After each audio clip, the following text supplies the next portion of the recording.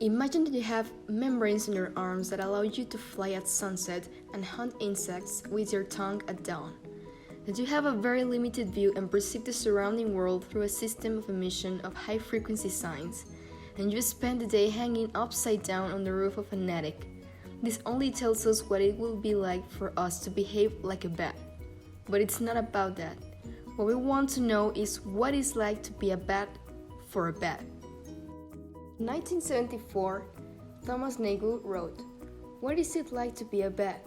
in which his main argument is that there is a subjective character of experience. It is one thing to be a particular organism, another is to be it in a particular way for that organism.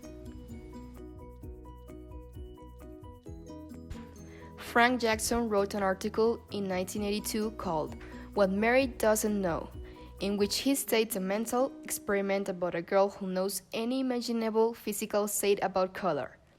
If physicalism was right, Mary would know everything there is to know. But it turns out that there are facts, that she doesn't know at all. She doesn't know what it's like to see colors. She has learned what it's like to see red. Jackson concludes that there are facts that are not and cannot be captured by a physical theory, which are those that are not physical, and consequently, physicalism is false. Jackson's use of Mary's physiological states to draw the necessary distinction between physical and non-physical facts leads us to suspect that the argument is incurring into the masked man fallacy. The masked man fallacy is an example of the Leibnizian law of identity of the indiscernibles, which means that if two things, A and B, are identical, then each property of A will be also property of B. And by the same, if A has a property that B lacks, then A and B are not identical things. Nowadays, the awareness of the value that women have in society and as human beings has emerged stronger than ever. Feminism is based on women fighting for their rights, equity, respect, and many other things. There are some men who claim to be feminists, but how can they fight for something that they have never experienced? As people of the opposite sex, do they feel the same fear as women do? They can support the movement, but will never be able to live it in their own flesh.